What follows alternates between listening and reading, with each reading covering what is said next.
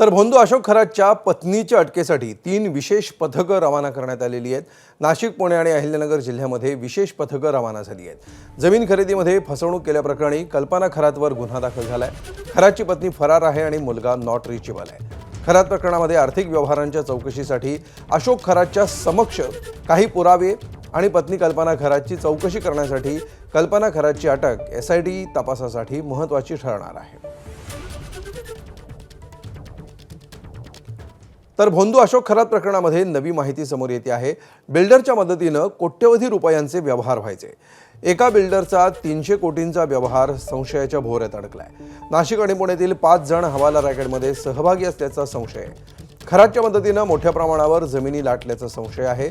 Mobile chat, voice notes आणि audio clips मधून ही माहिती समोर आली आहे। खरातच्या आशीर्वादाच्या नावाखाली हवाला मार्गे पैशांची देवाणघेवाण होत असे। जमीन व्यवहारांमध्ये काळा पैसा वापरल्याचा तपास पथकाला संशय आहे। ईडी चौकशीतून आणखी धक्कादायक बाबी समोर येण्याची शक्यता आहे।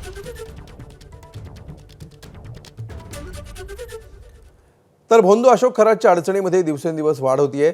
शिर्डी पोलीस ठाण्यामध्ये आर्थिक फसवणुकीचा गुन्हा दाखल झाल्यावर आता अशोक खरात विरोधात राहता समता पतसंस्थेमध्ये बनावट खातं उघडल्याप्रकरणी अजून एक गुन्हा दाखल झालाय।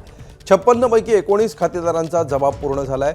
यामध्ये बांधकाम व्यावसायिक जासूद यांचा देखील जबाब आहे। व्यावसायिक दिनेश परब यांनी दिलेल्या फिर्यादीवरून राहता पोलीस ठाण्यामध्ये दाखल झालेला गुन्हा शिर्डी पोलिसांकडे वर्ग करण्यात आलाय। विशेष म्हणजे समता पतसंस्थेच्या व्यवस्थापकावरही फसवणुकीचा गुन्हा दाखल झालाय। समता पतसंस्थेच्या संस्थापक काका कोयते यांनी हे सगळे आरोप फेटाळले होते। मात्र आता त्यांच्याच पतसंस्थेच्या व्यवस्थापकावर गुन्हा दाखल झाल्यामुळे तपासाला नवी दिशा मिळेल। तर फरार कल्पना खरातचा पोलिसांकडून शोध सुरू।